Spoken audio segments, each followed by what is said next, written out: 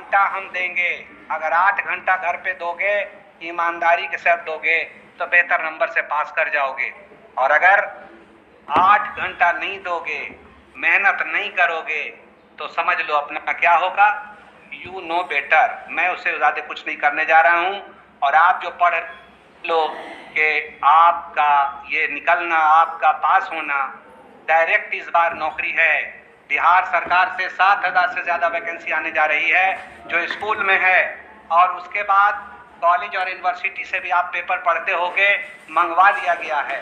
और सारे कॉलेज और यूनिवर्सिटी से भी वैकेंसी आने जा रही है। अभी देखिए नवोदय विद्यालय का बच्चे ने भरा, अभी देखिए हाईकोर्ट से निकला, लगातार इसकी वैकेंसी है।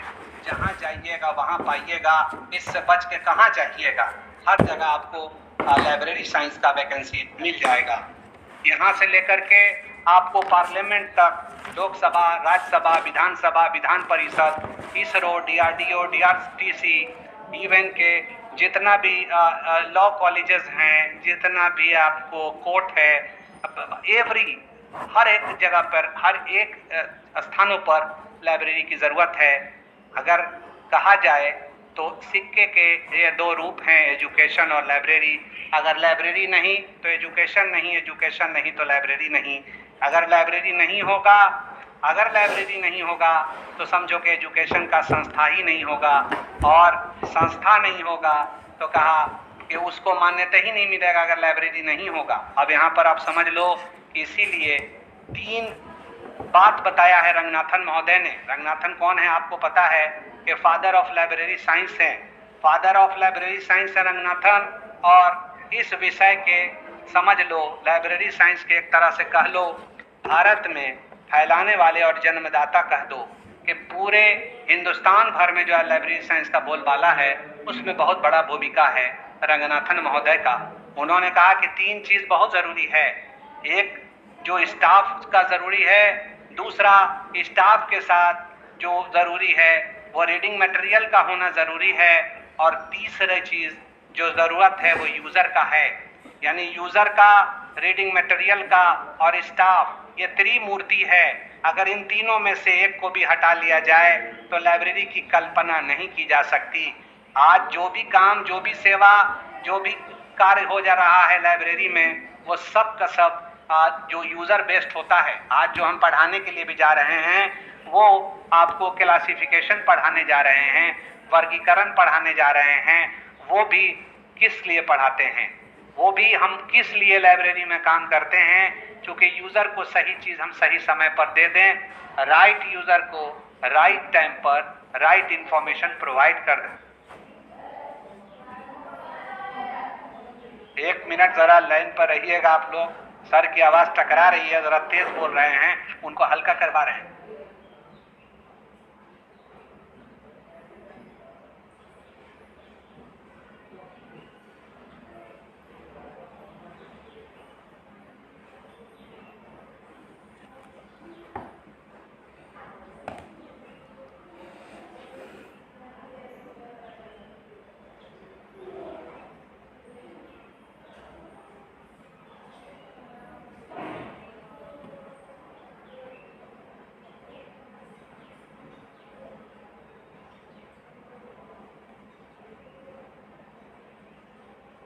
थोड़ा आवाज़ हमारे गुरुदेव का टकरा रहा था, इसलिए उनको हमने कह दिया कि थोड़ा हल्के बोला जाए सर, थोड़ा तेज़ आवाज़ चल रही है। तो मैं बता रहा हूँ क्लासिफिकेशन, अब समझिए। क्लासिफिकेशन जो बना है क्लासिस से बना है। क्लासिफिकेशन बना, ए बाबू, जरा उधर जाके बात करो ना, आवाज़ टकरा रहा है। क्लासिफिकेशन जो बना है क्लासिस से बना है, और क्लासिस जो है कि मतलब होता है बांटना, कैटेगराइज करना, बांटना और कैटेगराइज करना।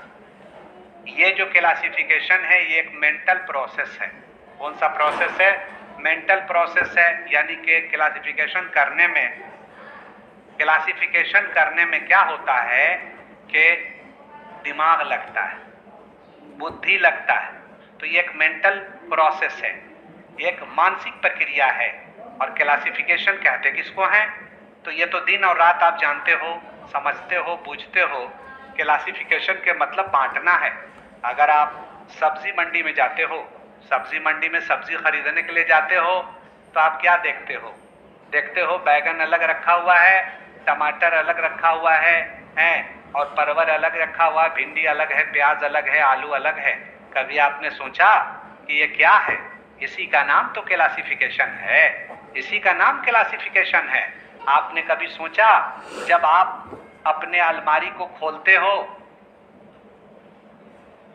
अरे क्या लिखता है यार, एग्जाम कब तक हो जाएगा, क्या हो जाएगा, 30 तारीख को एग्जाम है तुम्हारा, इसी 30 अगस्त को तुम्हारा एग्जाम है, कब तक हो जाएगा? ये सब क्या फालतू फालतू लिख रहे हो तुम लोग? पढ़ो ना ढंग से, जो पढ़ा रहे हैं समझदारी के साथ पढ़ो। एक तो कंप्यूटर मिल गया, एक तो तुम्हारे को लैपटॉप मिल गया, एक तो स्मार्टफोन मिल गया, इसीलिए कि जो मन करे लिखते चलो यार।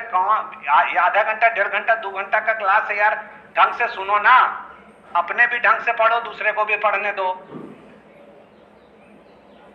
तो मैं बता रहा था कि जब आप और हम जब देखते हैं, अपना अलमारी को खोलते हैं, अलमारी को जैसे ही खोलते हैं तो देखते हैं कि अरे 10 तरह का कपड़ा इसमें रखा हुआ है, लाल शर्ट एक जगह पर है, पीला शर्ट अलग है, व्हाइट शर्ट अलग है। ये क्या है? यही वर्गीकरण है। जब मम्मी आपकी खाना बनाती है और आप किचन में जाते हो, तो किचन में जाते हो तो देखते हो धनिया अलग है, मिर्चा अलग है, और धनिया मिर्चा के साथ हल्दी अलग रखा हुआ है, सब कुछ अलग अलग है। वहाँ पे लहसुन अलग है, सब चीज अलग है, जीरा का पाउडर अलग है, हर एक चीज अलग है, नमक अलग है। यही न क्लासिफिकेशन है, इसी को न वर्गीकरण कहते हैं। वर्गीकरण और कहते किसको हैं? लाइब्रेरी साइंस की भाषा में अगर हम जानेंगे तो विद्वानों ने इस तरह से कहा है कि समान वस्तु को एक साथ रखना या समानता और असमानता के आधार पर व्यवस्थित करना ही वर्गीकरण है। क्लासिफिकेशन क्या है? तो समान वस्तु को एक साथ रखना या समानता और असमानता के आधार पर वर्गीकरण करना या व्यवस्थित करना, इसको ही वर्गीकरण कहते हैं। समान वस्तु को एक साथ रखना या समानता और असमानता के आधार पर व्यवस्थित करना वर्गीकरण है। इसे हम अपने शब्दों में ऐसे भी कह सकते हैं कि classification is the technique of organizing knowledge in the library. Classification एक ऐसा टेक्निक है, एक ऐसा तकनीक है जिससे कि हम नॉलेज को व्यवस्थित एवं संगठित करते हैं, ऑर्गेनाइज करते हैं, व्यवस्थित करते हैं, संगठित करते हैं। ये तो हमने क्लासिफिकेशन के बारे में समझ लिया कि क्लासिफिकेशन के मतलब बांटना है, अमीर में बांटना, गरीब में बांटना, छोटे में बांटना, बड़ों में बांटना। जब वैदिक काल का पढ़ोगे तो वैदिक युग में कैसे बांटा गया और उपनिषद में कैसे बांटा गया, और कहा कि विद्वानों ने कैसे बांटा, लाइब्रेरी साइंस के विद्वानों ने। लेकिन ठेठ भाषा में हमने क्या सीखा कि क्लासिफिकेशन एक मेंटल प्रोसेस है, क्लासिस से बना हुआ है, और क्लासिस के मतलब होता है बांटना, कैटेगराइज करना, यानी एक तरह की चीज को एक जगह पे रख देना और दूसरे तरह की चीज को दूसरे जगह पे रख देना, एक जगह पर एक तरह की चीज को और दूसरे तरह की चीज को दूसरे जगह पर रख देना, इसी का नाम वर्गीकरण है। और इसको मैंने अपने भाषाओं में बताया कि classification is the technique of organizing knowledge in the library. अगर लाइब्रेरी की बात करते हैं, नहीं आ रहा आप लोग को भाई आवाज, पूजा जी को नहीं आ रहा, आप लोग को आवाज नहीं मिल रही है? नहीं मिल रही है तो ना हाथ उठाइए कि मिल रही है, आवाज मिल रही है, हाथ उठाइए। आवाज मिल रही है, हाथ उठा दीजिए। आ रहा है, आपको मिल रहा है? अजय कुमार जी, हाँ सुषमा जी, सुमन कुमार मिल रहा है तो आप अपना नेट चेक कर लीजिए। आप अपना जी, अब मत लिखिए, हो गया हो गया हो गया, मत लिखिए, आवाज क्लियर है, अब मत लिखिए, हो गया, बस बस बस बस, अब मत लिखिए, समझ गए, आवाज क्लियर है, इतना मत लिखना शुरू कीजिए कि हम डिस्टर्ब हो जाएं। तो कहा कि क्लासिस से बना, ठीक है, हाथ नीचे कर लीजिए। क्लासिस से बना, क्लासिस माने बांटना, क्लासिस माने कैटेगराइज करना, विभेद करना, अलग अलग करना, यही वर्गीकरण की शुरुआत है। और सबसे पहले वर्गीकरण की शुरुआत रोम में हुई थी, रोम में इसकी शुरुआत की गई थी, अगर वर्गीकरण की बात की जाए तब। वैसे क्लासिफिकेशन हम आप समझ गए, अगर सिर्फ क्लासिफिकेशन लिखना है तो एक पेज हम लोग लिख बैठेंगे कि क्लासिफिकेशन को रंग के आधार पर, साइज के आधार पर छांट देना, रंग को सब्जी मंडी में घुसा देंगे, वहां लिख देंगे। लेकिन जब हमको अगर लाइब्रेरी साइंस के संदर्भ में लिखना पड़ेगा कि लाइब्रेरी क्लासिफिकेशन से आप क्या समझते हैं, तो पहले हाफ पेज या आधा पेज जिसको कहते हैं या एक पैराग्राफ क्लासिफिकेशन लिखेंगे, और क्लासिफिकेशन लिखने के बाद फिर दूसरा पैराग्राफ जो शुरू करेंगे वो लाइब्रेरी क्लासिफिकेशन लिखेंगे।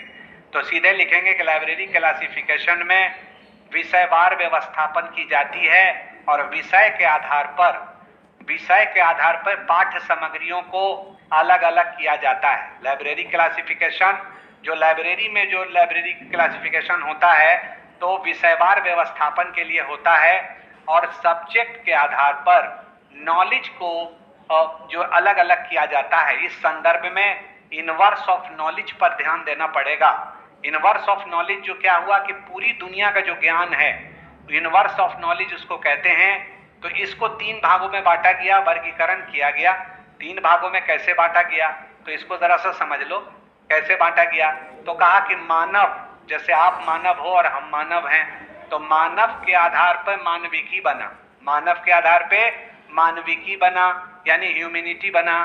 समाज जिसमें आप और हम रहते हो तो ये समाज से बना। क्या हुआ क्या हुआ?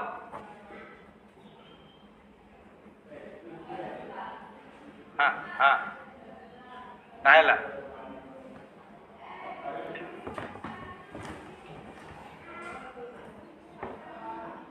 लाइब्रेरी में बैठ जाइए तब हमसे बात हो जाएगी। अभी 2 बजे करीब हम फ्री होंगे, या कुछ खा पी के आइए तब हमसे बात हो जाएगी।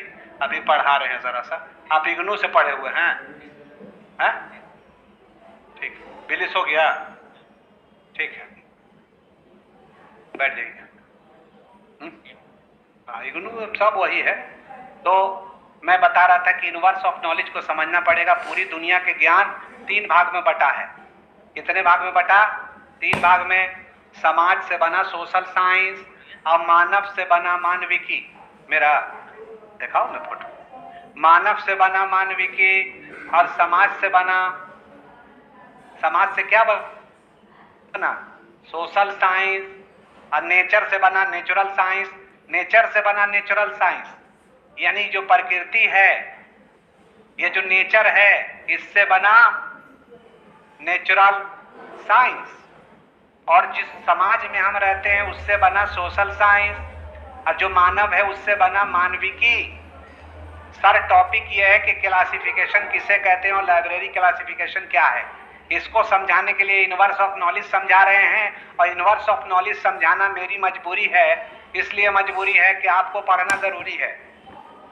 मेरी मजबूरी और आपको पढ़ना जरूरी, इसलिए कि अगर इनवर्स ऑफ नॉलेज ना समझोगे तो सब्जेक्ट के प्रकार ना समझोगे, और जब सब्जेक्ट और प्रकार ना समझोगे तो आप mode and formation of subject जो अगला चैप्टर आपका है वो ना समझोगे, और जब आप सब्जेक्ट के प्रकार ना समझोगे तो फेज रिलेशन ना समझोगे, दशा संबंध ना समझोगे, और ये सब ना समझोगे तो समझो क्लासिफिकेशन ना समझोगे, और जब क्लासिफिकेशन ना समझोगे तो 7th पेपर भी ना समझोगे, और 7th पेपर ना समझोगे तो क्या होगा? समझ जाओ क्या होगा।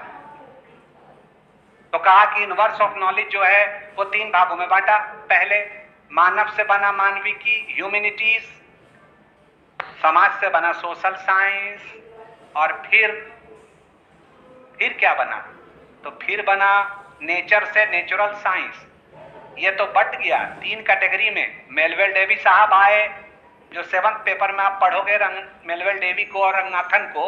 ये मेलवेल डेवी और रंगनाथन जो है, मेलवेल डेवी ने डीडीसी दिया, जो आपको सीखना है 7th पेपर में 3 वॉल्यूम की बुक है, उससे नंबर को सर्च करने के लिए। वो उन्होंने कैटेगराइज किया। 3rd पेपर हो रहा, 3rd paper classification 3rd paper. तो उन्होंने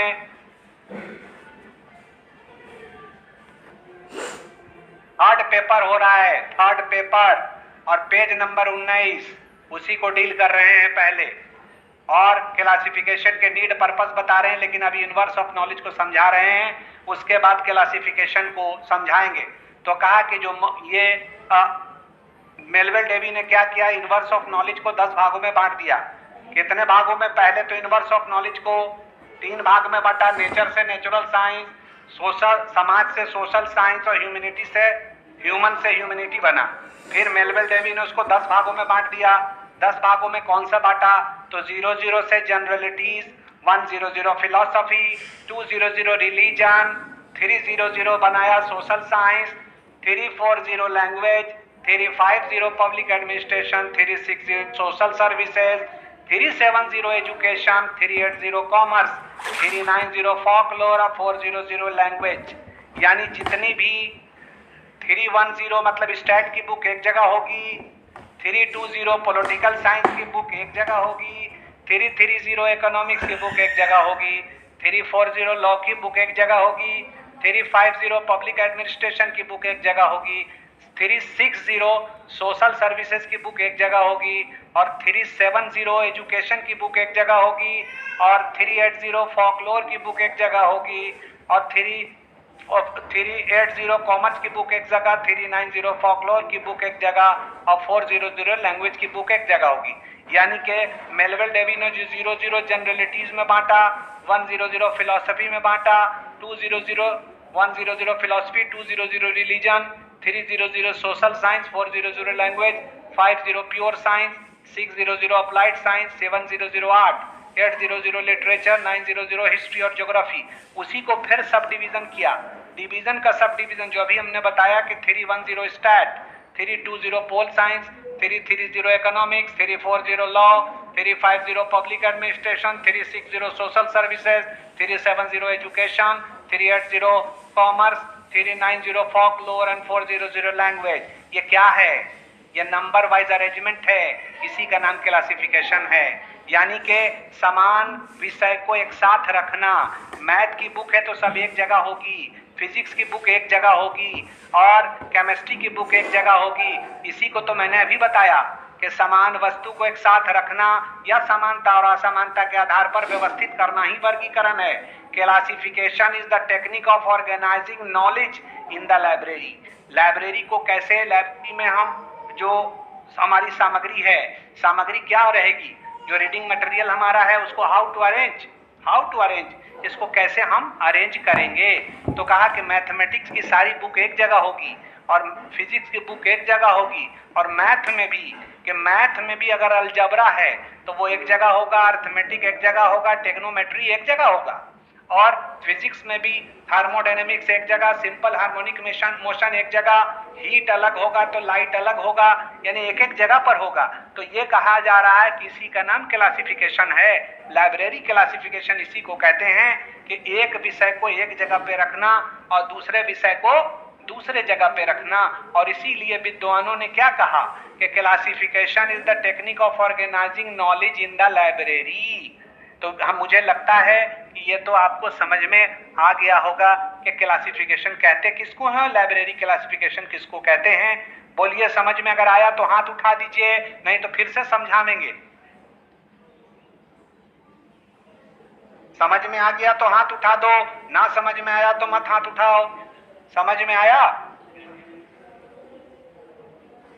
समझ में आ गया तो आपको समझ में आ गया क्लासिफिकेशन। देखिए आ गया, बच्चा लोग को आ गया। तो पहले क्या करोगे, पैराग्राफ, पहला पैराग्राफ लिखोगे क्लासिफिकेशन। घर में घुस जाना, किचन में अपने लिख देना, छोटे चम्मच एक जगह, बड़ा चम्मच एक जगह, छोटा प्लेट एक जगह, बड़ा प्लेट एक जगह, कुछ लिख दोगे। और दूसरा हाफ जो लिखना है वो लाइब्रेरी के संदर्भ में लिखना है, वो लाइब्रेरी के संदर्भ में लिखना, जो अभी बताया वो लिखना है। और फिर 2 डिफिनेशन याद कर लेना, एक रंगनाथन का या किसी और का जो तुमको आसानी से याद हो जाए। और नालंदा में कोई चोरी मोरी नहीं चलता है, इसलिए पढ़ के आना।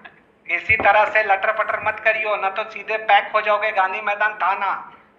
इसलिए बता दे रहे हैं कि ये सब विश्वास मत करना। पॉइंट याद कर लोगे, पॉइंट को लपेट देना धर के, पॉइंट याद कर लेना, धर के लपेट देना, क्वेश्चन ना छोड़ना। क्वेश्चन छोड़ के गएला, क्वेश्चन नहीं छोड़ना है। हाँ, लेकिन पॉइंट को बढ़िया बढ़िया से याद कर लेना है, और याद करके समझ लेना है, समझ के अपने भाषा में लिख देना है। और 5 क्वेश्चन लिखना है। एक क्वेश्चन की कीमत 16 नंबर है, एक क्वेश्चन की कीमत 16 नंबर है, और 20 नंबर तुम्हारे घर का असाइनमेंट है। तो स्कूल मिला के कितना, 100 नंबर है। बढ़िया से लिखोगे, पार घाट लग जाओगे, और पास करोगे, डायरेक्ट नौकरी है। सीधे सीधे बोल रहे हैं। तो क्लासिफिकेशन तो समझ गए, लाइब्रेरी क्लासिफिकेशन भी समझ गए। अब इसका क्वेश्चन क्या है कि लाइब्रेरी का नीड और क्लासिफिकेशन का नीड और पर्पस क्या है, क्यों किया जाता है, इसकी क्या आवश्यकता है, इसका उद्देश्य क्या है, इसकी आवश्यकता क्या है, इसका इंपॉर्टेंस क्या है, तो समझ लो। अब क्वेश्चन का हाफ पार्ट को समझो। अब क्वेश्चन के हाफ पार्ट को हमने समझा दिया, क्लासिफिकेशन और लाइब्रेरी क्लासिफिकेशन। और अब इसका हाफ पार्ट क्या है, तो एक में तो हाफ पार्ट है कि वाइटल रोल कैसे ये लाइब्रेरी के सेवा में और लाइब्रेरी के प्रबंधन में अदा कर रहा है। दूसरा है कि इसका नीड और पर्पस क्या है, तो दोनों समझ में आ जाएगा। और जब ये दोनों समझ में आ जाएगा तो क्वेश्चन नंबर 1 को समझा देंगे कि कैसे एक दूसरे से रिलेटेड है, कैसे एक दूसरे से संबंधित है, इसको भी समझा देंगे, ये भी समझ में आ जाएगा। तो कहा कि इसका नीड और पर्पस क्या है, तो सबसे पहले तो लिखेंगे कि जब क्लासिफिकेशन का नीड एंड पर्पस को लिख के अंडरलाइन कर देंगे। उसके बाद लिखेंगे कि जैसा कि हम सभी जानते हैं कि जिस पुस्तकालय में लाइब्रेरी क्लासिफिकेशन किया हुआ होता है तो एक तरह की चीज को एक जगह पे रख दिया जाता है और दूसरी तरह की चीज को दूसरे जगह पे रख दी जाती है, यानी एक विषय को और उससे संबंधित विषय को उसके साथ रखा जाता है और अन्य विषयों को अलग रखा जाता है। तो कहा कि जब विषयवार व्यवस्था की जाती है पाठ्य सामग्रियों की तो लाइब्रेरी सुसज्जित एवं आकर्षित दिखाई देता है। पहला क्या होता है, सुसज्जित एवं आकर्षित दिखाई देता है, सुसज्जित और आकर्षित दिखाई देगा। और जब सुसज्जित एवं आकर्षित पुस्तकालय दिखाई देगा तो लाइब्रेरी में यूजर का आकर्षण बढ़ेगा, यूजर ज्यादा आकर्षित होगा। और जब यूजर आकर्षित होगा तो पाठ्य सामग्री की उपयोगिता बढ़ेगी। क्या होगा, पाठ्य सामग्री की उपयोगिता बढ़ जाएगी। और क्या लाभ होगा, तो इसका लाभ ये होगा कि इजी टू यूज होगा, इजी टू सर्च होगा, इजी टू यूज और इजी टू सर्च होगा, इजी टू रिट्रीव होगा। यह इजी टू रिट्रीव क्या होता है, रिट्राइव जिसको कहते हैं, सूचना को पुनः प्राप्ति करना आसान होगा। यह सूचना को पुनः प्राप्ति क्या होता है, अब इंफॉर्मेशन रिट्राइवल करना आसान होगा। अब इसको बिल्कुल समझ लो 2 मिनट में, क्योंकि ये समझ लोगे तो 5वां पेपर में भी काम आवेगा। क्योंकि एक 5वां पेपर में क्वेश्चन है इंफॉर्मेशन स्टोरेज एंड रिट्राइवल। तो मैं क्लासिफिकेशन से समझा रहा हूँ कि सूचना को पुनः प्राप्ति करना आसान होगा, ये सब पॉइंट लिख देंगे। सूचना को खोजना आसान, सूचना को उपयोग करना आसान, सूचना के प्रति पाठक को आकर्षित होना आसान और सूचना को पुनः प्राप्ति करना आसान जब क्लासिफिकेशन होगा। ये सूचना पुनः प्राप्ति क्या होता है इसको जरा समझना है। तो ये तो हम लोग बचपन में ही समझ चुके हैं और पढ़ते पढ़ते अब 55 की ओर जा रहे हैं। अभी हम नहीं हुए 55 के, अभी तो मैं जवान, मैं 55 नहीं हुआ। लेकिन मैं आपको बता रहा हूँ कि बचपन में ही ये काम हम लोग किए थे इंफॉर्मेशन रिट्राइवल का। जब आपको आपके मम्मी पापा ने आपको एक डिक्शनरी थमाया होगा हाथ में और डिक्शनरी से आपको कहा होगा कि बेटा जरा सा कैट का स्पेलिंग, बैट का स्पेलिंग और रैट का स्पेलिंग और मैड का स्पेलिंग जरा सा खोजो। तो आपने खोजा था, कैट माने बिल्ली होता है, बैट माने बल्ला होता है, डॉग माने कुत्ता होता है, मैड माने पगला होता है। खोजा था कि नहीं खोजा था? तो कहा कि शब्दों के संग्रह से शब्दों को चुनना यही पुनः प्राप्ति है। अब तो पुनः प्राप्ति समझ में आया होगा।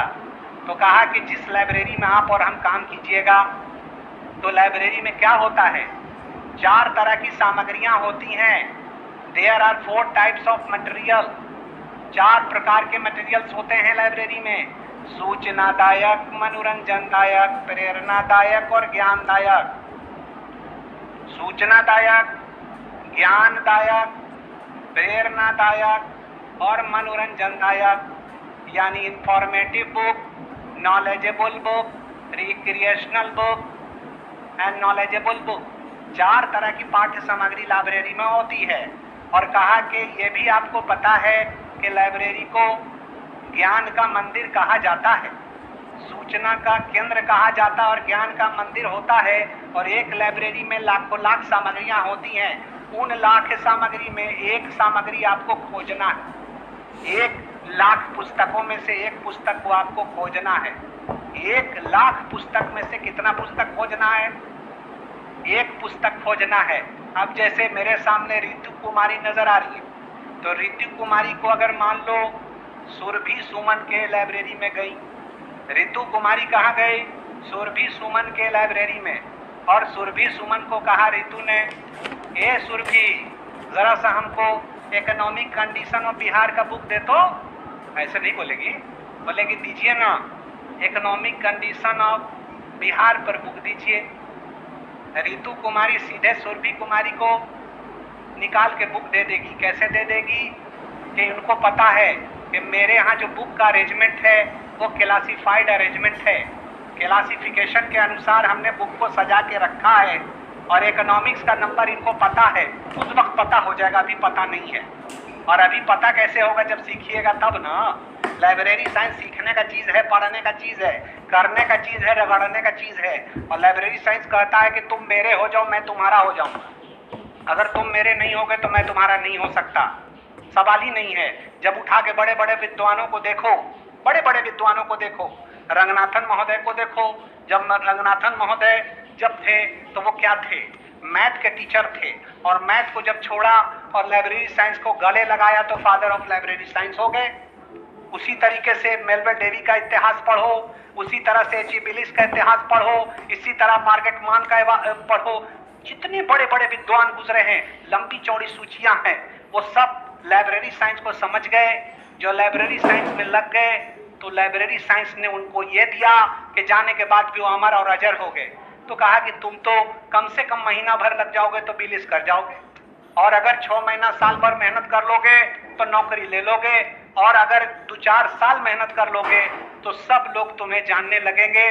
पटना वाले, बिहार वाले, भारत वाले, हर लोग जानने लगेंगे, क्योंकि तुम्हारा वैल्यू सिर्फ पटना में नहीं है। तुम पार्लियामेंट में जा सकते हो, क्योंकि पार्लियामेंट में जो एमपी बहस करते हैं उसे सूचना कौन देता है? उसे सूचना हम और तुम देते हैं। उसे कौन देता है?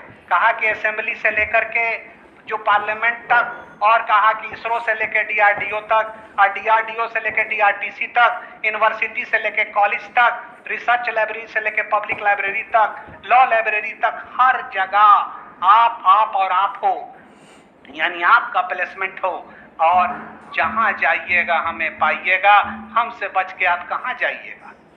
हर जगह आपकी पूछ है, लेकिन पहले फर्स्ट डिजर्व देन डिजायर। पहले डिजर्व करो तब डिजायर करो। तुम पहले पढ़ना पड़ेगा, बिना पढ़े थोड़ी ना समझ में आवेगा। अगर नहीं पढ़ोगे तो रितु कुमारी जो मांगेगी बुक, क्या मांगेगी? इकोनॉमिक कंडीशन ऑफ बिहार पर बुक दीजिए, तो सुरभि सुमन नहीं दे पाएगी। और अगर सुरभि सुमन को पता होगा कि इकोनॉमिक कंडीशन ऑफ बिहार का नंबर है 330.95412, और उससे अरेंजमेंट बुक किया हुआ है, इकोनॉमिक्स की बुक एक जगह करके रखा हुआ है, और इकोनॉमिक्स की बुक जब एक जगह रखा हुआ है और इकोनॉमिक कंडीशन ऑफ बिहार पर रितु कुमारी बुक मांग रही है, तो कहा कि 330.95412 पे सीधे सुरभि सुमन जाएंगी और वो पुस्तक को निकाल करके रितु कुमारी को थमाएंगी। तो ये जो 1,00,000 पुस्तकों में से एक पुस्तक को आपने निकाल करके दे दिया रितु को, ये क्या है? इसी का नाम सूचना पुनः प्राप्ति है। यानी कि जो संग्रहित सूचना है, 1,00,000 सूचनाएं हैं, 1,00,000 पाठ्य सामग्री है, उस पाठ्य सामग्री से एक पाठ्य सामग्री को निकाल करके आप रितु को दे दिया, तो इसी का नाम है सूचना पुनः प्राप्ति। तो क्या आप कह सकते हो? आप इजिली कह सकते हो, इजिली, कि देखो जब क्लासिफिकेशन किया रहेगा तो easy to use, easy to search, easy to use, easy to search, easy retrieve, यानी आसानी से पुनः प्राप्ति कर सकेंगे, इजी टू यूज, आसानी से यूज कर सकेंगे, सूचना उपयोग होगा, every user it's information, every user its information are for use, save the time of the user.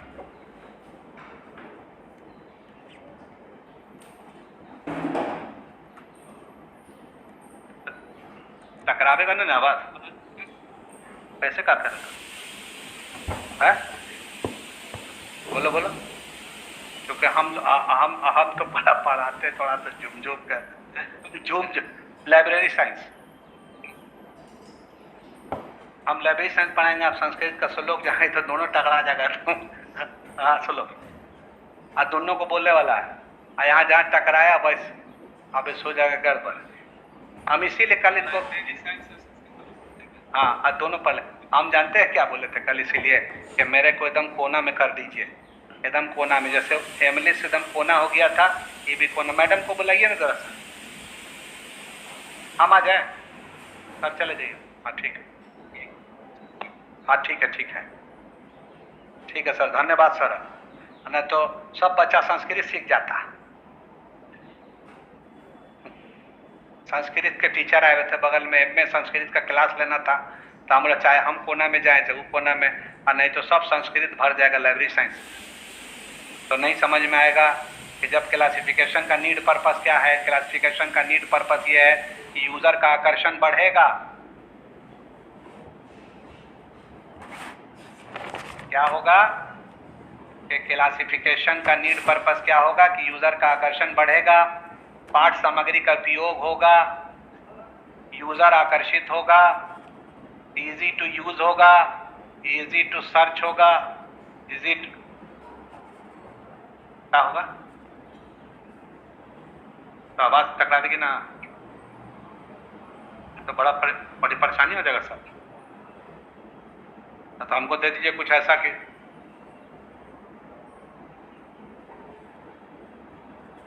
तो दोनों आदमी का हो जाएगा, जब भी ना हम समझ पाएंगे नहीं तो बड़ा फेरा हो जाएगा। ऐसा ना होगा, ऐसे ऐसे करते कुछ इधर मैडम इधर नहीं हो सकता, इसको ऐसे करके तो इसमें होगा। मैडम आप कोई आपका ये है स्मार्टफोन कोना में कोई ले के चले जाते, नहीं तो ये तो बच्चा सब पगला जाएगा बेचारा सब। हाँ देखा जीवनाशम जीवनाशम हो जाएगा तो संस्कृत में तब परेशानी हो जाएगा।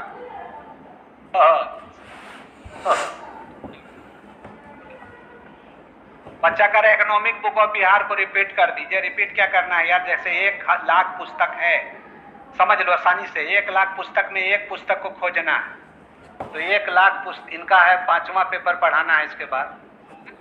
हाँ ये चौथा पेपर, बल्कि 1,00,000 पुस्तक में एक पुस्तक को खोजना है। तो जब क्लासिफिकेशन किया रहेगा तो इजी टू सर्च हो जाएगा, आसानी से हम खोज लेंगे। कैसे, जैसे एक बच्चा आता है और आके बोलता है कि इकोनॉमिक कंडीशन ऑफ बिहार पे बुक चाहिए, तो इकोनॉमिक कंडीशन ऑफ बिहार पर बुक लेने के लिए बिल्कुल आसान है कि जब एक स्टाफ है उसको पता है कि इकोनॉमिक्स की बुक 330 पर रखा हुआ है, तो 330.95412 वहां जा करके सर्च करके ना, वो मोबाइल वाला नहीं, वाला मोबाइल बकते रहे हैं।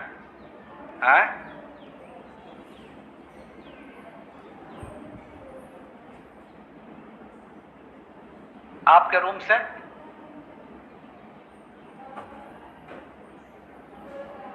ऐसे कर लें, ऐसे करें।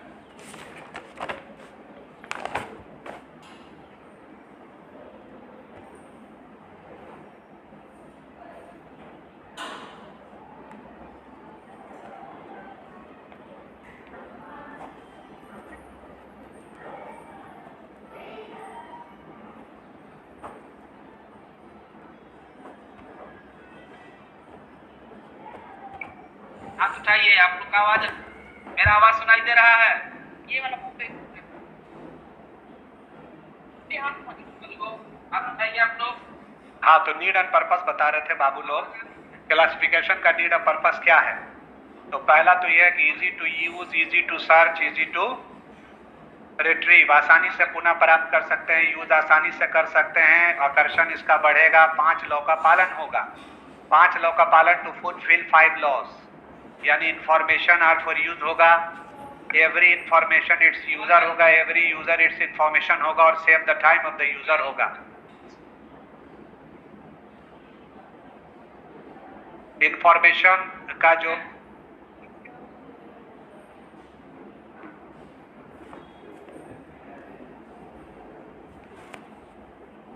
अब हम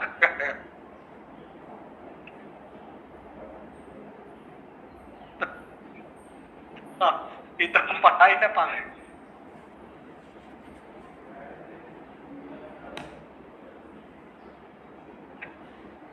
हम भी चालू हो जाए।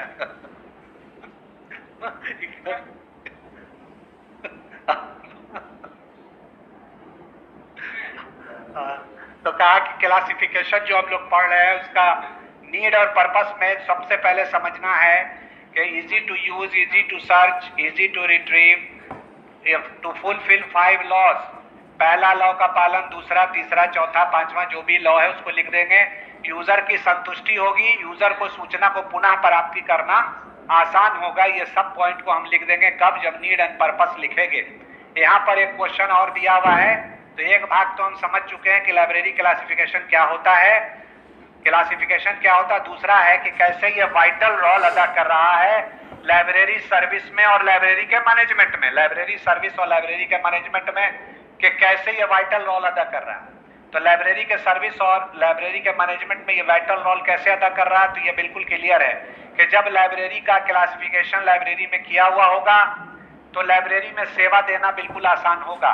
लाइब्रेरी में कौन सी सेवा दी जाती है, तो ये आप जानते हैं कि सर्विस जो दिया जाता है वो इंटर लाइब्रेरी लोन सर्विस है, रेफरेंस सर्विस है, उसके बाद आपको सर्कुलेशन सर्विस है यानी इशू और रिटर्न सर्विस है। उसके बाद आपको बता दें कि उसके अलावा जो आपको सर्विस दी जाती है वो सर्विस आपको एक्विजिशन सर्विस दिया जाता है। बहुत सारे सेवाएं लाइब्रेरी में दी जाती हैं। तो वो जो सर्विस है, जो लाइब्रेरी में सर्विस है, उसमें बहुत महत्वपूर्ण भूमिका है लाइब्रेरी का क्लासिफिकेशन का। और लाइब्रेरी में मैनेजमेंट का भी, लाइब्रेरी में जो मैनेजमेंट होता है उसमें भी लाइब्रेरी क्लासिफिकेशन का महत्वपूर्ण भूमिका है। कैसे महत्वपूर्ण भूमिका है इसको समझना है। तो आप और हमको ये समझ रहे हैं कि जब हर एक चीज ऑर्डर में होगा, क्लासिफिकेशन का मतलब क्या है कि हर एक चीज ऑर्डर में होगा, हर एक चीज ग्रुप वाइज बटा हुआ होगा।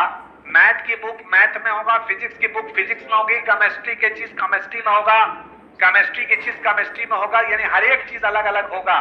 तो सारा चीज जब अलग अलग होगा तो निश्चित है कि हमें सेवा देना आसान होगा। जब सर्कुलेशन वर्क में स्टाफ जो है पाठ सामग्रियों को जो है आपको इशू करेगा, तो इशू जब करेगा तो आपको क्या करेगा कि आप आराम से वहां से, उसे पता है कि कौन सी सामग्री कहाँ रखी हुई है, वहां से आपको ले करके उसको फटाक से आपको दे देगा। और जैसे ही आप रिटर्न कीजिएगा तो फिर प्रॉपर जगह पे वहां पे रख दिया जाएगा। रेफरेंस सर्विस देना आसान होगा। कैसे रेफरेंस सर्विस देना आसान, तो रेफरेंस सर्विस कैसे आसान दिया जाएगा, तो आपको पता होना चाहिए कि रेफरेंस सर्विस जो दिया जाएगा, तो रेफरेंस सर्विस क्या होता है पहले ये समझना पड़ेगा। Contact between the right reader, the right time of the right reading material personal way, उपयुक्त पाठक को उपयुक्त समय पर उपयुक्त सामग्री व्यक्तिगत सहायता के द्वारा प्रदान करना। संदर्भ सेवा एक ऐसी सेवा है जिसमें पाठक को व्यक्तिगत मदद दे करके संदर्भ सेवा दी जाती है। क्या करें बोलिए ना, और हम तो घुमा भी लिया। ऐसा करे, दोनों हल्के हल्के बोले, दोनों हल्के हल्के। फुसफुस कम्युनिकेशन, फुसफुस आते हैं ना, तो आप करा देगा एक। तो सबसे बड़ी चीज ये है कि देखिए हम क्या बोल ही नहीं पाएंगे, नहीं हो पाएगा हमसे। आपका आवाज जा रहा है, कुछ दूसरा भी आप लोग को आ रहा है आवाज, संस्कृत का आवाज आ रहा है, अरे संस्कृत का भी आवाज आ रहा है, खूब जा रहा है संस्कृत का आवाज, इधर भी जा रहा है। देखिए, जी सर, जी सर, जी सर।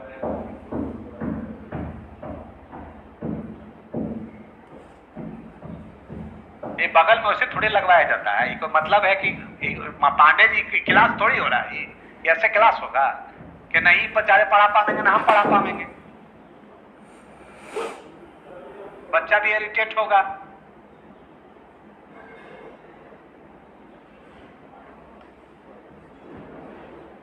हाँ, तार भी बड़ा नहीं है, तारों बड़ा रहता कि हम वहां चले जाते हैं, वहां से बकबक करते थोड़ा। वो तो कस के वो बोल रहे थे सर, तो हम रोकवा दिया जाके।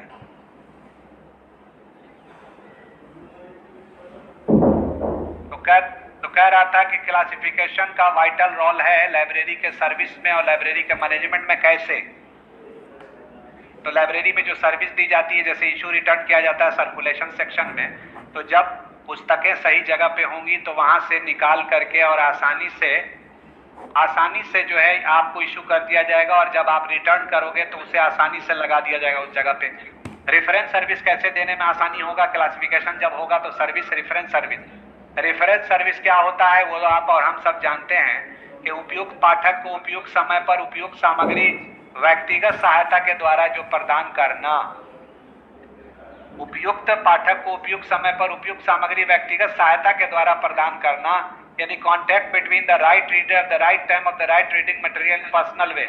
यानी जब यूजर आपके पास या हमारे पास आता है और कोई इंफॉर्मेशन वो चाहता है, तो हम अपनी व्यक्तिगत मदद से, खुद की मदद से उसे हम इंफॉर्मेशन प्रोवाइड कर देते हैं। तो खुद की मदद से, जैसे कोई एक आदमी आ रहा है और आकर के पूछ रहा है कि टैगोर पर हमें कुछ बोलना है, तो आप और हम उससे बात करते हैं कि टैगोर के संबंध में आप क्या जानना चाहते हैं।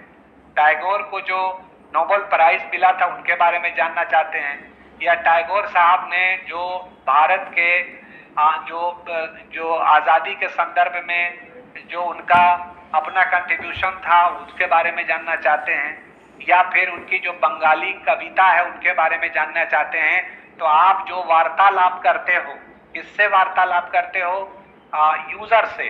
तो ये जो वार्तालाप करते हो इसको क्या कहा जाता है? रेफरेंस इंटरव्यू कहा जाता है।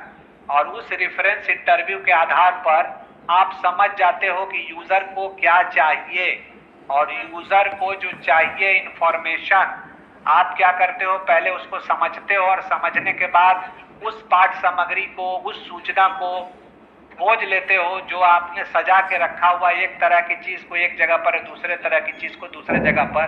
तो इजी टू सर्च होता है।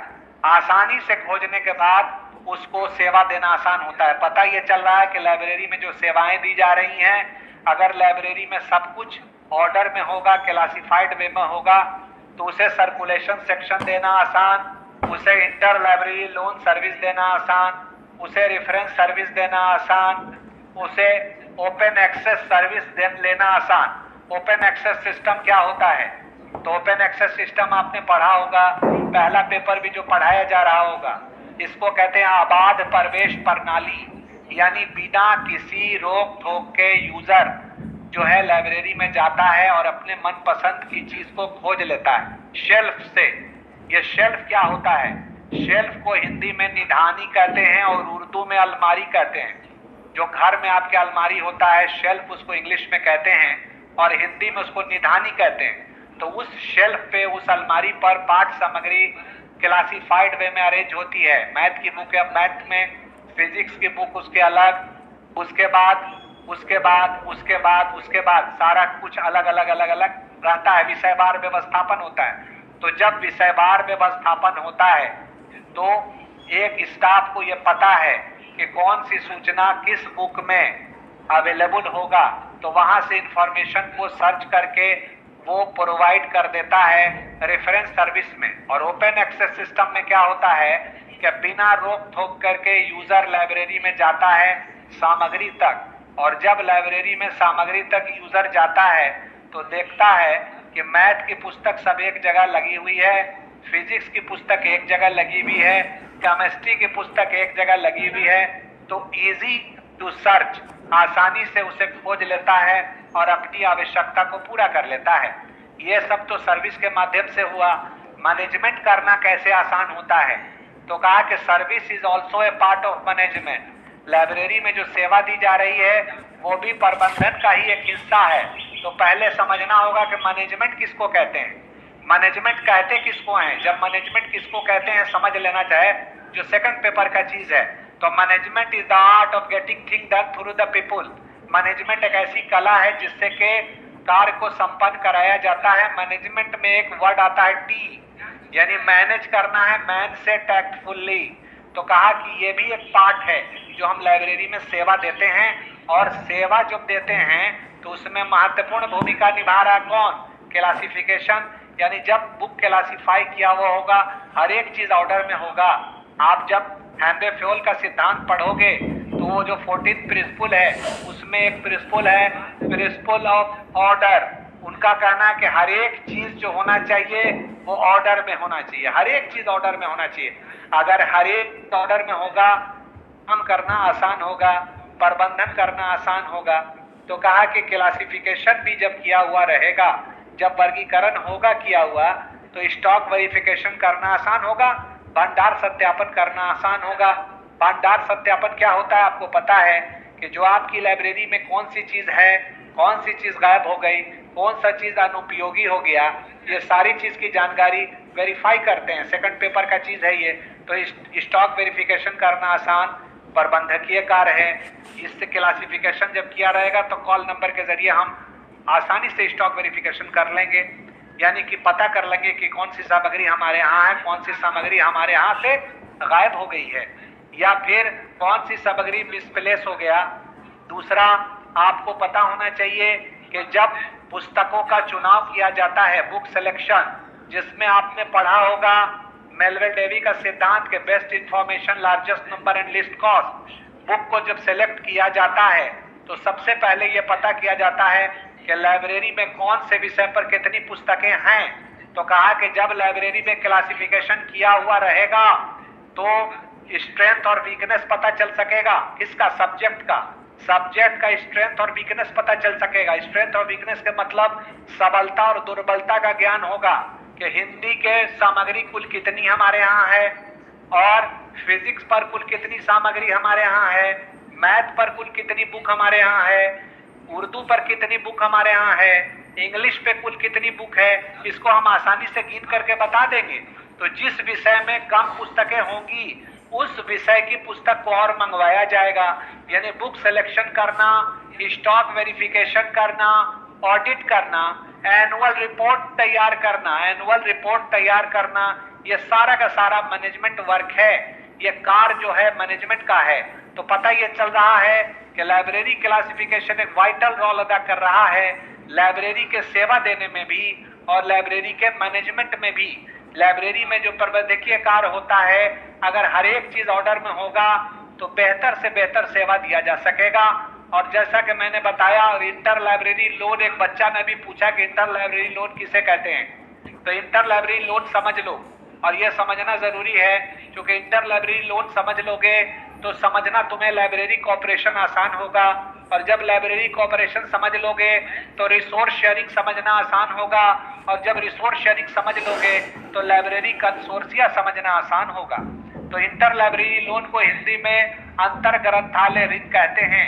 यानी एक लाइब्रेरी के पास जो सामग्री नहीं होती है तो दूसरी लाइब्रेरी से हम मंगवाते हैं और मंगवा करके यूजर को प्रोवाइड कर देते हैं। जैसे गांव देहात आपका अगर होगा तो गांव में अगर कोई चीज आपके पास नहीं रहता है, खाने पीने का चीज, और आपके यहाँ कोई गेस्ट आ जाता है तो आप क्या करते हो?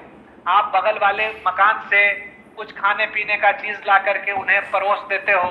उन्हें क्या पता कि आपने बगल वाले घर से लाया है, वो तो समझ रहे हैं कि आपने उन्हें परोसा है। तो कहा कि उसी तरह से लाइब्रेरी जो है दुनिया की सबसे बड़ी library, one of the biggest library in the world, library of Congress के पास भी इतना धन नहीं है, इतना स्पेस नहीं है कि वो सारे के सारे सामग्रियों को रख सके। तो दूसरी लाइब्रेरी का मदद लेना ही पड़ता है, और जब दूसरी लाइब्रेरी का जो मदद लेते हैं फॉर द टाइम बिग लेते हैं, और जिसको लेते हैं उसको देते भी हैं। यानी जब यूजर हमारे यहाँ कोई डिमांड कर रहा है और जब यूजर हमारे यहाँ पाठ सामग्रियों को मांग रहा है, और सबसे पहले हम अपने रिसोर्स को, अपने संसाधन को जो हमारे लाइब्रेरी में है उसको सर्च करते हैं, और सर्च करना क्लासिफिकेशन रहने पर आसान होता है। देख लेते हैं कि अमुक विषय पर पुस्तकें है या नहीं है, क्योंकि सब विषय तो एक जगह पर रहेगा जब वर्गीकरण होगा। अगर पुस्तकें हमारी लाइब्रेरी में नहीं है तो अन्य जगहों से, यानी दूसरे जगहों से हम क्या करते हैं कि मांगते हैं, दूसरी लाइब्रेरी से मंगवा लेते हैं, आइदर डायरेक्ट मंगवाते या उसकी फोटोकॉपी मंगवा करके यूजर को प्रोवाइड कर देते हैं। यही सेवा को इंटर लाइब्रेरी लोन सर्विस कहा जाता है, और ये लोकल लेवल पर, रीजनल लेवल पे, नेशनल लेवल पर और इंटरनेशनल लेवल पे होता है। ये सारी चीज को आप समझ लेना होगा। ये लेकिन हमने सेवा सिर्फ बताया था, आपने कहा डिफाइन कर दीजिए, सो मैंने डिफाइन कर दिया। तो लाइब्रेरी क्लासिफिकेशन एक महत्वपूर्ण भूमिका निभा रहा है पुस्तकालय के सेवा में भी, और पुस्तकालय के सेवा के साथ साथ पुस्तकालय के मैनेजमेंट में भी। ये भी मुझे लगता है कि आप लोग को समझ में आया होगा। अगर समझ में आया तो बता दीजिए, नहीं समझ में आया तो बता दीजिए, फिर हम बोल देंगे। समझ में आया तो हाथ उठा दीजिए। समीर बाबू नहीं उठा रहे हैं। रितु समझ में आया?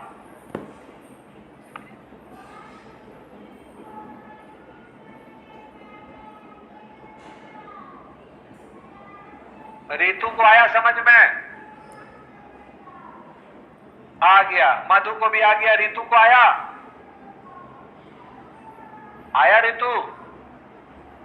रितु नहीं हाथ उठा रही है, नहीं आया? आ गया।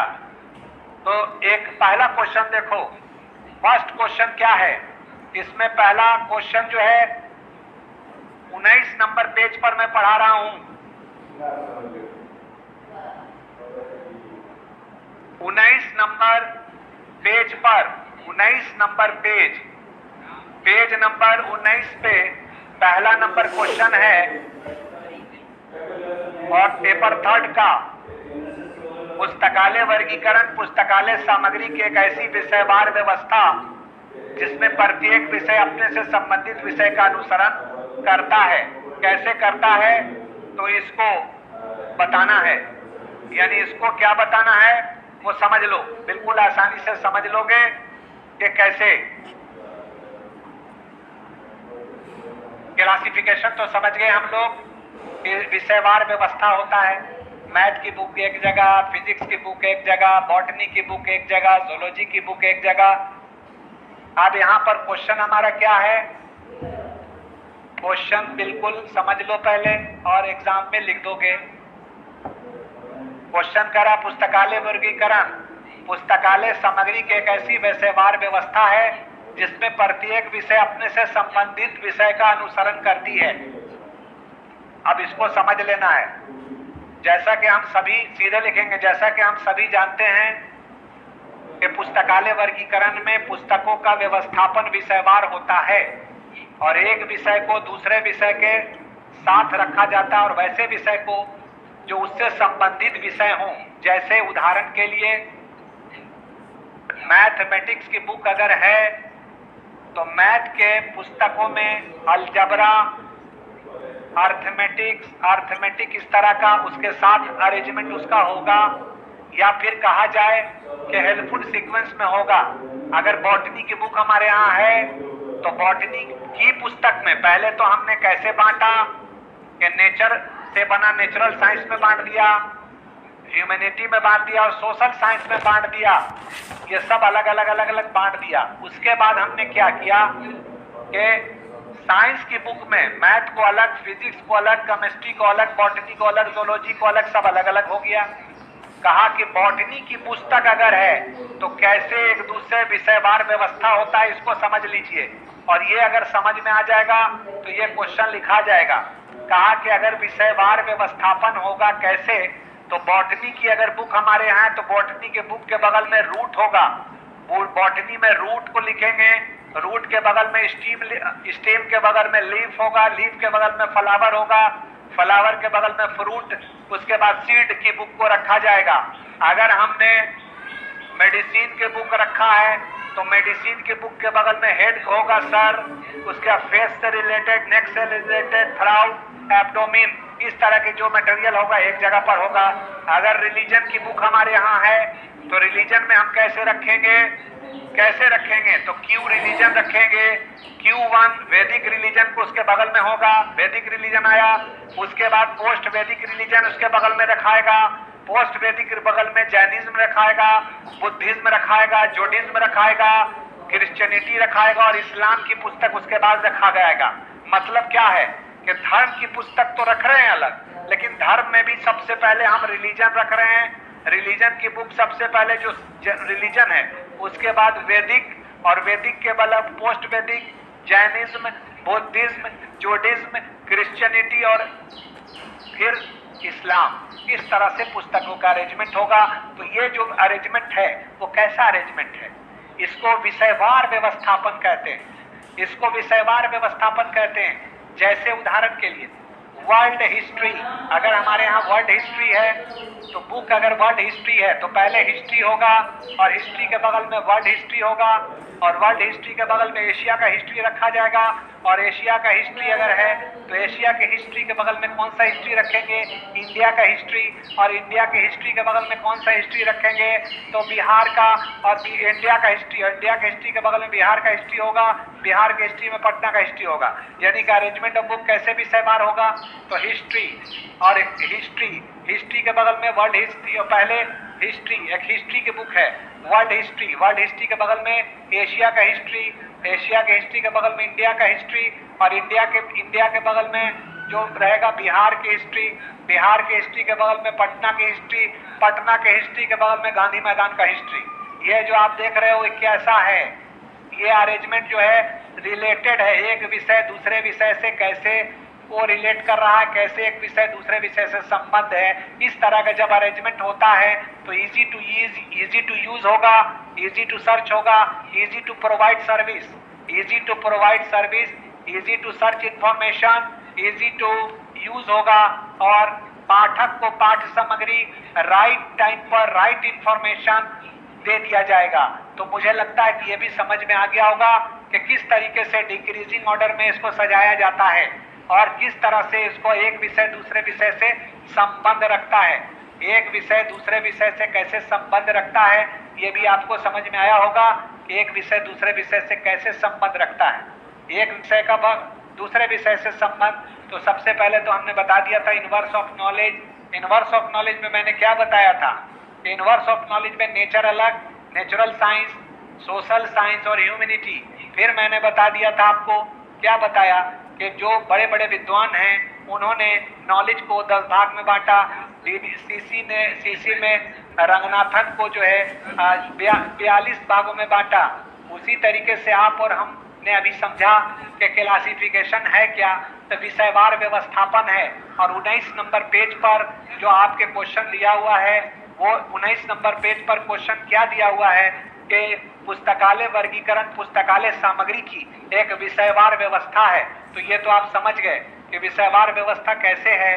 तो कहा कि पहले तो आप ब्रॉडली अलग किया, फिर आपने क्या किया कि अगर पुस्तक है रिलीजन की तो रिलीजन की पुस्तक में आपने क्या किया कि पहले रिलीजन का बुक रखा, रिलीजन में वैदिक रिलीजन उसके बगल में रखा, पोस्ट वैदिक रखा, जैनिज्म रखा, बुद्धिज्म रखा, जूडिज्म रखा, क्रिश्चियनिटी रखा, इस्लाम रखा।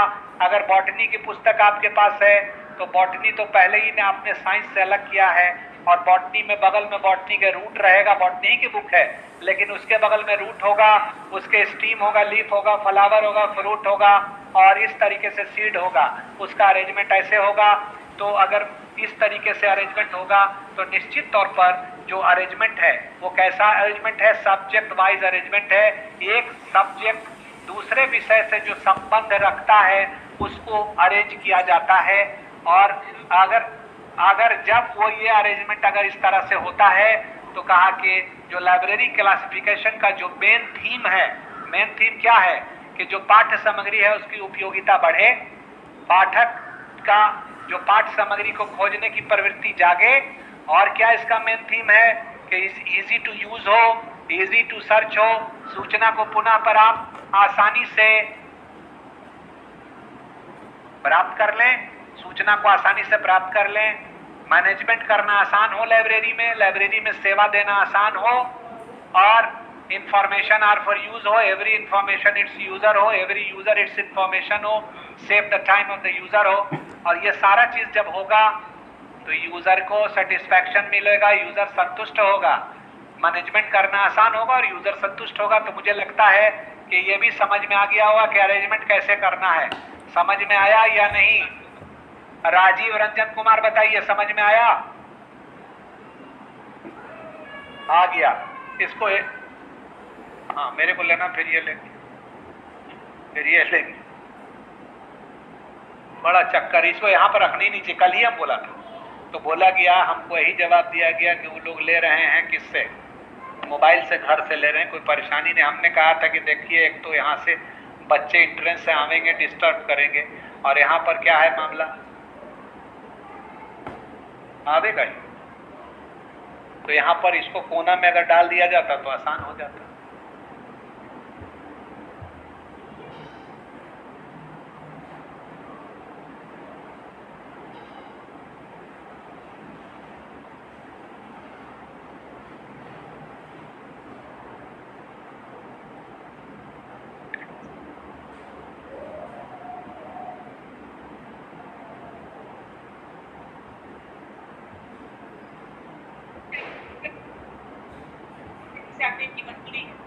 लेकिन ये ऑनलाइन नंबर किसने शेड्यूल किया था कि बाकी को जो है इसमें इनका क्लास। अब तो लॉडली बोलते भी हैं। हाँ, तो ये समझ में आपको आ गया होगा। दूसरा आपको समझा देते हैं, बहुत आसानी से समझ में आ जाएगा। ये क्वेश्चन भी वेरी वेरी इंपॉर्टेंट है। नोटेशन, जिसको अंकन कहते हैं, ये आपको आया भी है, ये आपको महत्वपूर्ण भी है, इंपॉर्टेंट भी है। और नोटेशन है क्या, ये समझ लीजिए। जिसको अंकन कहते हैं, इसको आज समझ लीजिए। क्योंकि 1:10 हो गया है, 20 मिनट में आपको फटाफट हम बता दे रहे हैं।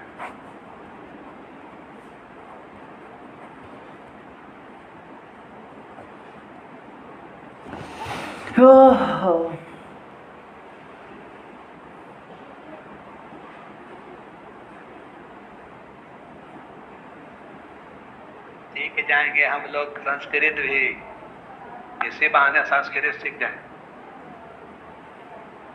यूनिट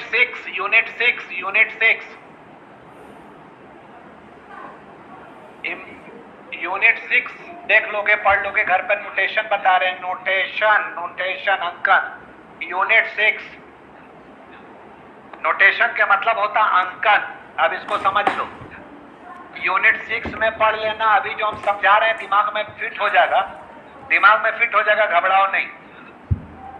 नोटेशन के मतलब होता अंकन। यूनिट 6 खाली लिख लो, घर पे पढ़ लेना। नोटेशन के मतलब अंकन होता है। अब जैसे तुमको हम ये साइन दिखा रहे हैं, इसके मतलब होता है विक्ट्री। इसके मतलब होता है विक्ट्री। ये साइन ऑफ नोटेशन इसको कहते हैं। अगर तुम मैथमेटिक्स के तुम स्टूडेंट हो तो प्लस का साइन जोड़ने का है और माइनस का साइन घटाने का है। प्लस का साइन जोड़ने का और माइनस का साइन घटाने का है मैथमेटिक्स में। इसी को अंकन कहा जाता है। अगर केमिस्ट्री के स्टूडेंट हो या केमिस्ट्री पढ़े होगे तो H2O का मतलब वाटर होता है और CH4 के मतलब मीथेन और Na के मतलब सोडियम और C6H6 के मतलब बेंजीन है। तो ये जो H2O, CH4, C6H6, Na जो हम बोल रहे हैं केमिस्ट्री के भाषा में, इसको अंकन कहते हैं। लाइब्रेरी साइंस के भाषा में समझो अब, क्योंकि तुम्हें तो लाइब्रेरी साइंस में पढ़ना है, जानना है। जैसा कि हम सभी जानते हैं कि नेचुरल लैंग्वेज को जो आर्टिफिशियल लैंग्वेज में चेंज किया जाता है, टू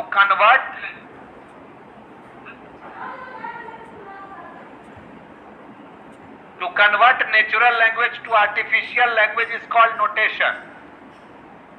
नेचुरल लैंग्वेज को आर्टिफिशियल लैंग्वेज में चेंज करना, यानी प्राकृतिक भाषा को कृत्रिम भाषा में अनुवाद करना अंकन है। हिंदी में अगर कहोगे तो क्या लिखोगे? प्राकृतिक भाषा को जो कृत्रिम भाषा में अनुवाद करते हैं, to convert natural language to artificial language is called notation. इसको हम अंकन कहते हैं। जैसा कि हम सभी जानते हैं इस बात को कि लाइब्रेरी क्लासिफिकेशन में जितनी भी वर्गीकरण पद्धतियां हैं, चाहे वो CC हो, DDC हो और या लाइब्रेरी ऑफ कांग्रेस हो, कुछ भी हो, सब में अंकन का प्रयोग किया गया है, सब में अंकन का प्रयोग किया गया है। तो आप कैसे लिखोगे? सबसे पहले लिखोगे कि जैसा कि हम सभी जानते हैं कि notation is a system of ordinal number use to represent the class in scheme of classification, यानी वर्गीकरण पद्धति में वर्ग का जो प्रतिनिधित्व करता है, प्रतिनिधित्व जो करता है उसको ही हम अंकन कहते हैं। यानी जो सिंबल है, जो शॉर्ट हैंड साइन है, कोई सिंबल या शॉर्ट हैंड साइन है और ये सिंबल और शॉर्ट हैंड साइन को ही हम लोग नोटेशन कहते हैं, इसको ही नोटेशन कहते हैं। अब इसको हम लोग कैसे समझेंगे? तो समझेंगे कैसे इसको? तो इसको बिल्कुल आसानी से समझेंगे, लिखेंगे, सीधे लिखेंगे कि जैसा कि हम सभी जानते हैं एग्जाम में, जैसा कि हम सभी जानते हैं कि पुस्तकालय में ही नहीं बल्कि अन्य विषयों में भी अंकन का प्रयोग किया जाता है। जैसे मैथमेटिक्स के स्टूडेंट अगर हम हैं तो प्लस के लिए जोड़ना और माइनस के लिए घटाने का साइन, ये भी एक अंकन की पहचान है। केमिस्ट्री के अगर स्टूडेंट हैं तो CH4, H2O और Na ये साइन है और ये सिंबल है, ये साइन सिंबल जो हमारा प्रतीक है इस बात का कि ये सोडियम है, ये बेंजीन है, ये मीथेन है। तो ये मीथेन, ये बेंजीन, ये सोडियम नेचुरल लैंग्वेज है और इसका आर्टिफिशियल लैंग्वेज जो है वो मीथेन है, H2O है वाटर का, और मीथेन का H2O है, मीथेन CH4 है और बेंजीन का C6H6 है। उसी प्रकार से फिर लिखेंगे, उसी प्रकार से पुस्तकालय एवं पुस्तकालय वर्गीकरण में भी एवं पुस्तकालय में उपयोग होने वाले जो वर्गीकरण पद्धतियां हैं उनमें भी वर्गीकरण पद्धतियों में भी अंकन का प्रयोग किया गया है, अंकन का प्रयोग किया गया है, जिसे उदाहरण से हम समझ सकते हैं। जिसको लिखोगे कि जिसे उदाहरण से हम समझ सकते हैं। उसके बाद 3 अलग अलग टेबुलर फॉर्म में डिब्बा बना दोगे ऐसे ऐसे, एक तरफ लिख दोगे नेचुरल लैंग्वेज, दूसरे तरफ आर्टिफिशियल लैंग्वेज लिख दोगे। नेचुरल लैंग्वेज के सामने मैथमेटिक्स लिख दोगे और आर्टिफिशियल नंबर के पास लिखोगे CC, उसके आगे DDC और उसके आगे UDC। तो जहां मैथमेटिक्स लिखोगे तो मैथमेटिक्स के जो नंबर होगा वो CC में B होगा, B और DDC में 510 होगा और UDC में 51 होगा। यानी एक तरफ हम मैथमेटिक्स लिखेंगे, दूसरे तरफ और वहां पर ऊपर में नेचुरल लैंग्वेज लिखेंगे, नेचुरल लैंग्वेज जिसको हम लोग प्राकृतिक भाषा कहते हैं, और दूसरे तरफ पेज में आर्टिफिशियल लैंग्वेज लिखेंगे और वहां पर एक CC ऊपर में लिखेंगे, उसके बगल में DDC, उसके बगल में UDC लिखेंगे। CC के पास मैथ का नंबर B लिखेंगे, B alphabet B for math होता है, B फॉर मैथ, B लिखेंगे। B क्या हो गया? नोटेशन हो गया, साइन हो गया मैथ का। और DDC के सामने 510 लिखेंगे और फिर 510 के बाद जो हमारा नंबर लिखाएगा वो UDC से 51। उसी तरीके से हम अगर फिजिक्स लिख रहे हैं तो फिजिक्स के सामने हम CC में लिखेंगे C। ये समझ में नहीं आ रहा होगा आपको, जब पढ़िएगा तो समझ में आएगा। ये प्रैक्टिकल बेस्ड क्वेश्चन है, practical based 7th paper based question है।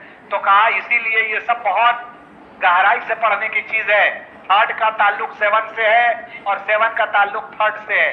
तो कहा कि नंबर सिस्टम है, तो यहाँ पर फिजिक्स है और फिजिक्स के सामने आपको क्या लिखना है? तो C लिखना है, C फॉर कैट, C। ये C किसका साइन हो गया? तो CC में फिजिक्स का साइन C है।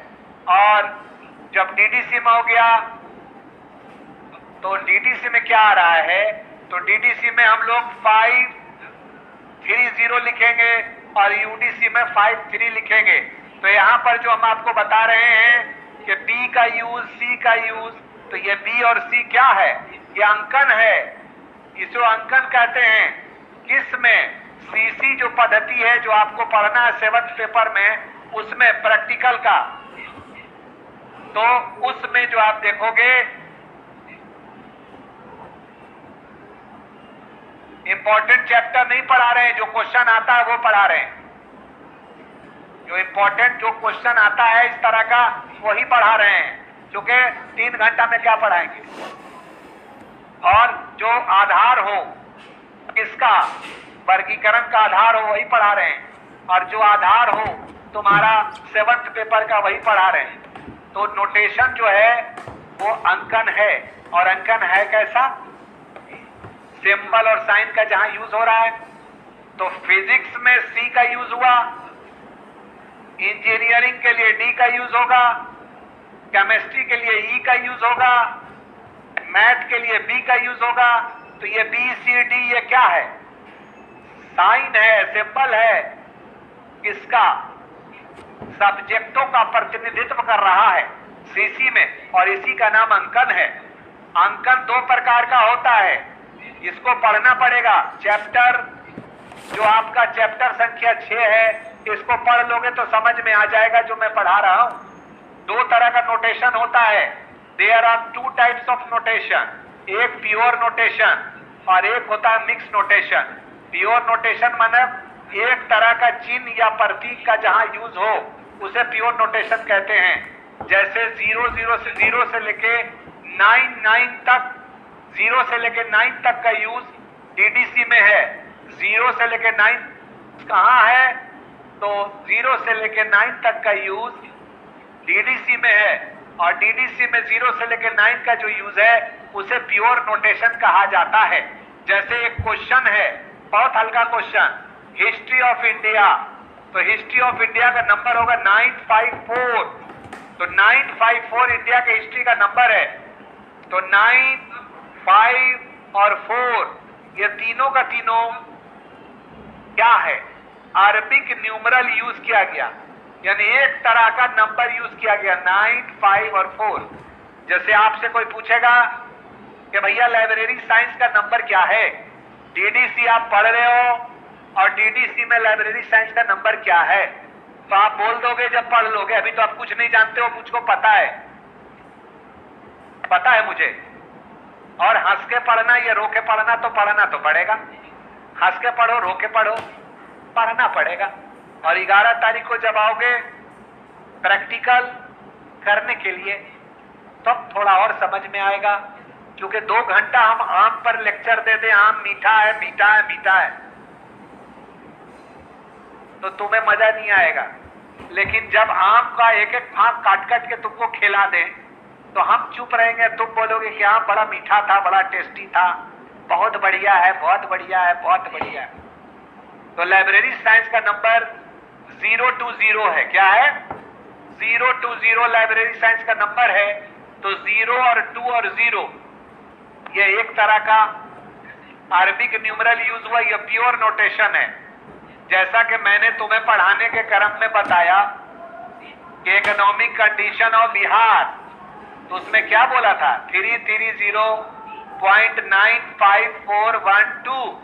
तो यहां पर 330.95412 इसका पूरा नंबर है। तो ये सब का सब नंबर जो अरबिक न्यूमरल में है एक तरह का यूज है, इसको प्योर नोटेशन कहते हैं। वही अगर सीसी में आओगे, सीसी जो तुमको 50 नंबर का पढ़ना है वो मिक्स नोटेशन है। मिक्स नोटेशन में क्या होता है कि एक से अधिक सिंबल का, एक से अधिक साइन का जो इस्तेमाल होता है उसको मिक्स नोटेशन कहते हैं। जैसे सीसी का उदाहरण है हिस्ट्री ऑफ इंडिया, हमने बताया डीडीसी में 954, सीसी में होगा V44, तो V हो हिस्ट्री का नंबर और 44 इंडिया का नंबर। तो V हो गया अल्फाबेट और 44 हो गया अरबिक न्यूमरल। तो ये दोनों मिलकर के क्या हुआ, मिक्स नोटेशन हो गया।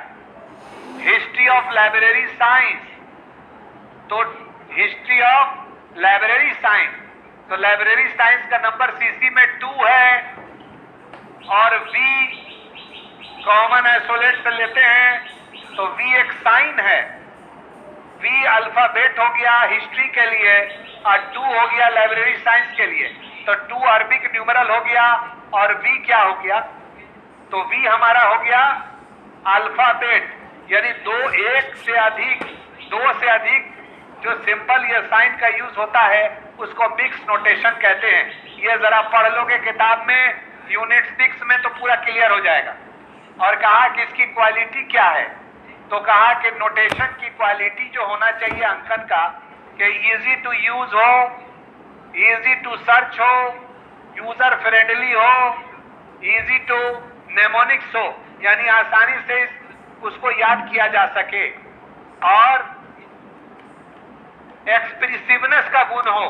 जो तुम्हारे किताब में लिखा हुआ है अभिव्यंजकता, हिंदी में लिखा हुआ अभिव्यंजकता, और अभिव्यंजकता नहीं समझ में आएगा पढ़ोगे तब, और उसको हम समझा दे रहे हैं। उसको इंग्लिश में कहते हैं एक्सप्रेसिवनेस का गुण, नोटेशन का मेरिट बता रहे हैं। तो ब्रीविटी, फ्लेक्सिबिलिटी, ब्रीविटी, फ्लेक्सिबिलिटी और easy to use, easy to search, simplicity, ये सब इसके जितने महत्वपूर्ण पक्ष हैं, ये सब उसके मेरिट्स हैं। और फिर कहा एक्सप्रेसिवनेस का गुण।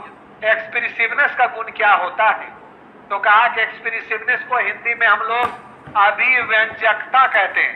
अभिव्यंजकता क्या होता है कि जब हम किसी भी नंबर को तैयार करते हैं, जैसे कि एक टाइटल आपका है classification of manuscript in university library of Bihar up to 1947, classification of manuscript in university library of Bihar up to 1947, तो उसका नंबर होगा सीसी में, जो 7th पेपर आप पढ़िएगा उसमें कि 2 3 4, ये आपको बनाना पड़ेगा 2 3 4 सेमीकोलन 1 2 कोलन 5 1 डॉट 4473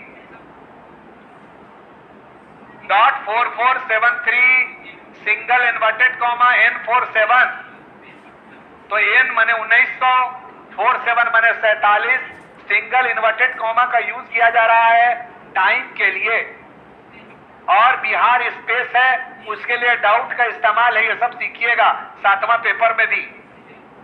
स्पेस के लिए बिहार का नंबर 4473 और उसका साइन है, सिंपल है डॉट। उसके बाद क्लासिफिकेशन का नंबर 51 होगा, चिन्ह होगा उसका कोलन। उसके बाद कह रहा है कि मैन्युस्क्रिप्ट का नंबर 1 2 होगा, और मैटर मतलब सेमीकोलन का यूज होगा, और जो बचा हुआ भाग है पर्सनालिटी 2 3 4 यूनिवर्सिटी लाइब्रेरी के लिए है, तो 2 3 4 जो यूनिवर्सिटी लाइब्रेरी के लिए, उसके लिए कॉमा का यूज हो रहा है। तो ये जो आपको मैंने कनेक्टिंग सिंबल समझाने का प्रयास किया, आपको जो ये नंबर बताने का प्रयास किया, और हर एक का अर्थ जो स्पष्ट होता है, यानी जो भी टाइटल है उस पूरे टाइटल का जो अर्थ स्पष्ट होता है, हर एक चीज का अर्थ स्पष्ट हो रहा है, इसी को हम लोग एक्सप्रेसिवनेस कहते हैं, इसी को अभिव्यंजकता कहा जाता है। आपके किताबों में जो लिखा हुआ हिंदी में है, वो मुझे भी समझने में कुछ टाइम लगा था। जब 1-2 बार मैंने उसको गौर से पढ़ा तो समझ गया कि ये क्या है, कि अर्थ को स्पष्ट करने की बात की जा रही है, कि जो भी दिया हुआ है, जो भी नंबर लिख रहे हैं, उन सभी नंबरों का अर्थ स्पष्ट हो, बिल्कुल क्लियर।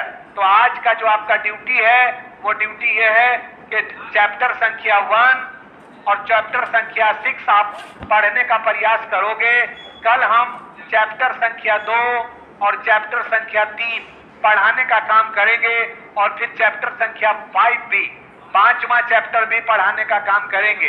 तो मुझे उम्मीद है कि कुछ आपका काम चल जाएगा। इसलिए कुछ काम चल जाएगा क्योंकि 3 घंटा का खेल है। जैसे ही आप ओपन लर्निंग सिस्टम में एडमिशन लेते हो, तो उसी दिन आप तय कर लेते हो कि मुझे तो अपने से पढ़ना है, मुझे तो अपने से मेहनत करना है। तो मुझे उम्मीद है कि आप मेहनत कर रहे होगे, आप पढ़ रहे होगे, और ये जो हम आपको बता रहे हैं, ये आपको सहारा मिलेगा आगे और पढ़ने का, और मोटिवेट आप होइएगा। तो मुझे पूरी उम्मीद है, और इसी के साथ आज की सेवा हम समाप्त कर रहे हैं। इस उम्मीद के साथ समाप्त कर रहे हैं। नहीं याद हो रहा है तो पॉइंट याद करो, पॉइंट याद रहेगा तो लपेट के लिख दोगे परीक्षा में। अब पॉइंट अगर याद नहीं होगा तो परेशानी हो जाएगा। पॉइंट तो याद करना पड़ेगा। डिवाइस ऑफ नोटेशन भी बता देंगे, चिंता मत करो, कल बता देंगे डिवाइस ऑफ नोटेशन भी।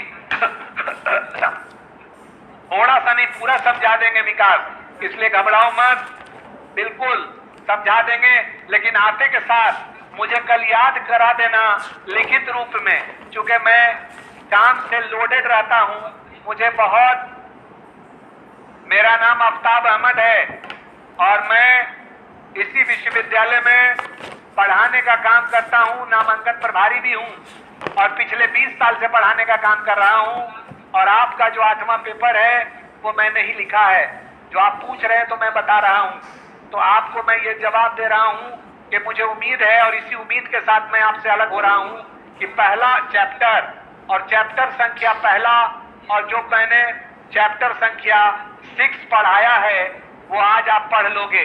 पहला चैप्टर और चैप्टर संख्या 6 को आप पढ़ लोगे, और ये पहला और छठा जब आप पढ़ लोगे तो मुझे उम्मीद है कि कुछ सीख जाओगे।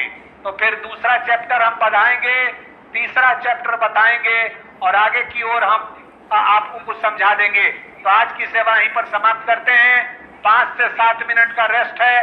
अपनी ड्यूटी को आप कीजिए, जाके नेचुरल कॉल को पूरा कीजिए। 5-7 मिनट के बाद पुनः आपका क्लास चलेगा। Thank you very much.